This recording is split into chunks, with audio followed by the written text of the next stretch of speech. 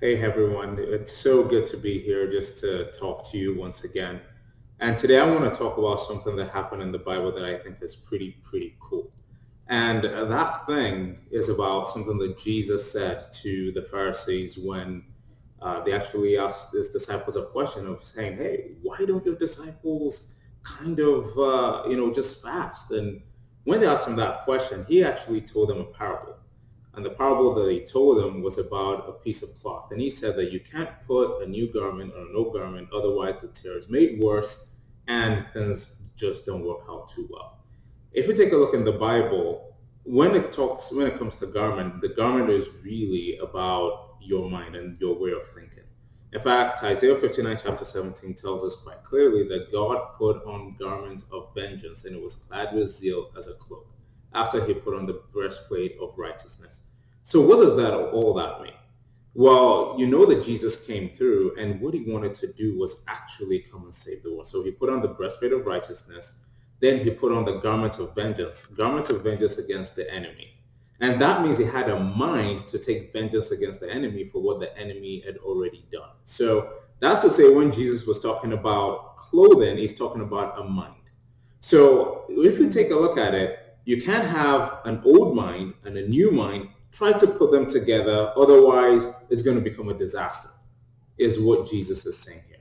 And unfortunately, with a lot of people in the church, that is exactly what happens, right? There was an old mindset, which is the mindset of the law, but then there's a new mindset, which is the mindset that brings freedom, which is the mindset of grace. And a lot of people are trying to mix both of them together.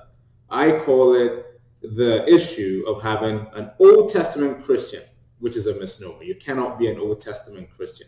Now, that's not to say that you shouldn't look at the Old Testament at all, but you can have a mindset of the law and also have a mindset of grace at the same time. It just doesn't work. It's like trying to put an old garment and a new garment together and patch it together. The tear is just made worse. You are in a worse position. Now the question you may be having is, which mindset should I adopt, right? Some people have an old law mindset, which is about performance, which is about what you can do in order to try to get God to do something.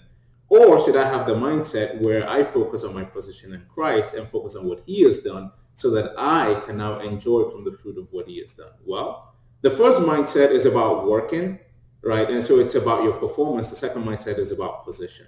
One brings bondage, the other brings freedom. So if you're actually thinking about which one you want to choose, it is much better to choose the grace mindset. But that's not all. There's something else about it. When I consider the difference between the law and grace, it's kind of like dirty water, to be honest with you, versus like the finest one.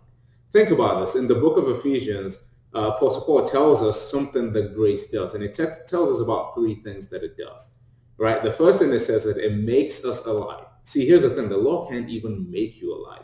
The law is just something that you do, and all that's happening is what you're doing, and the things that you've done wrong is covered. That's all it is. Grace, on the other hand, makes us alive because it takes away every single thing that we've done. That's the remittance of sin, and it makes us alive in God. So the first thing that grace does is so much better than what the law does, right? It cleans you up. It makes that dirty water absolutely clean. That's the first thing grace does.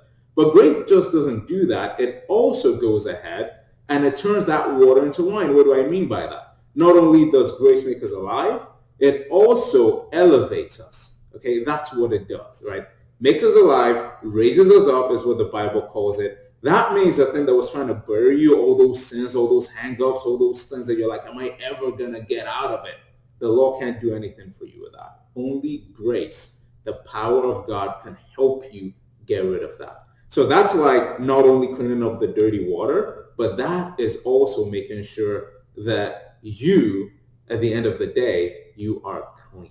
Okay? Not only clean, you're raised up. And then the final thing, and I'm going to go really quickly here, is that it lifts you up and it puts you in heavenly places with Christ. It sits you in heavenly places with Christ. That means it gives you supernatural ability to do the things that you want to do. All the things that you wanted to do in your life. That abundant life that Christ came to give you, you can only get it through grace. So you can either have the dirty water, or you can have not only the clean water, the water into wine, and then the best wine. That's what grace gives you. So if you're thinking about trying to have those two things together, just go ahead and choose grace because it is the new garment that's going to bring freedom. Thank you so much.